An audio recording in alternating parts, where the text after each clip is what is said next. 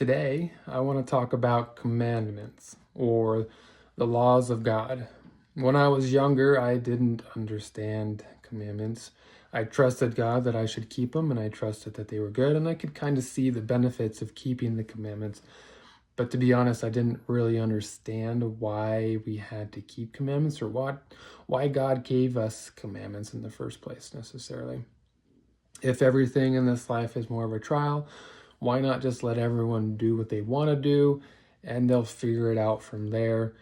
Because if we are going to learn by the experiences that we have, then is it not good for people to experience trials and hardship through the mistakes that they make?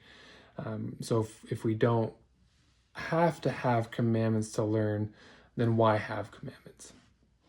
I've come to learn that the commandments of God actually provide more of a framework for us to build and to receive light. And they are the light and truth of God. So in the scriptures, we learn that commandments are, or the law of God is truth, or it is light. And Christ is truth and light. So as we reject the commandments, we are in fact rejecting the light of Christ. We are rejecting Christ. We are rejecting what he has to give to us. And since the law or the commandments are truth, we are rejecting truth. And we know that God is truth.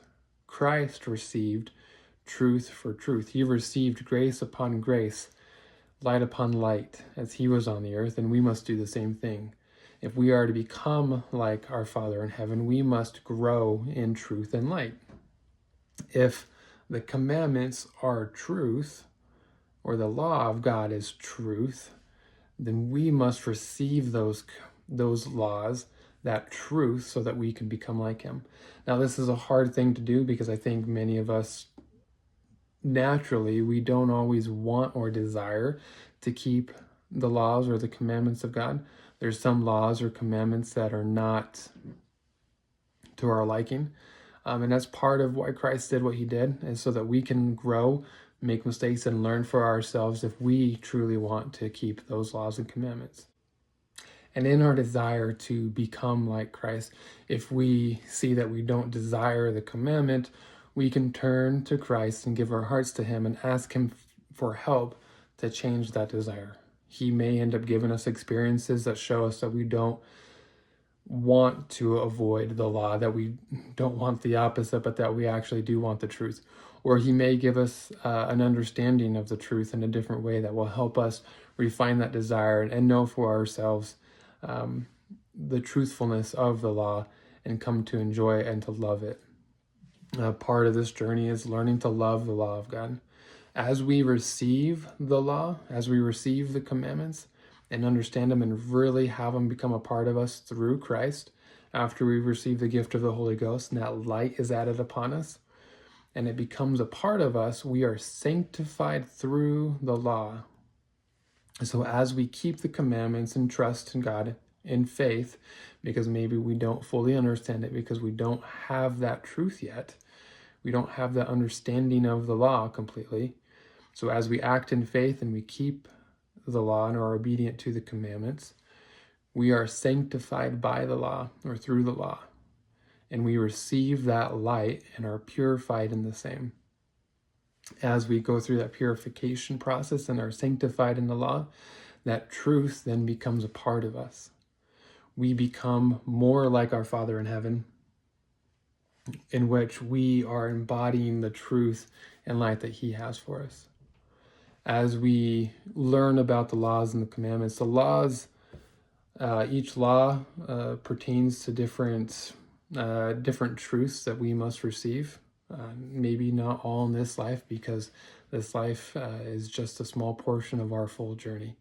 But as we continue to understand that, there's blessings that are correspondent with the laws and ordinances that they pertain to.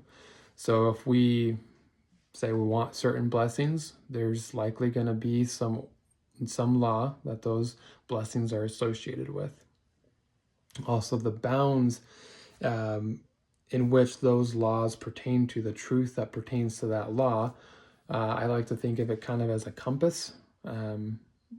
There's some symbolism there. The symbolism that bounds the truth pertaining to that law. Now, God is all truth, so that he has all truth bound within that, in that sphere of law. Now, each kingdom of glory that we want to go to, or maybe don't want to go to, pertains to a certain level of law and truth.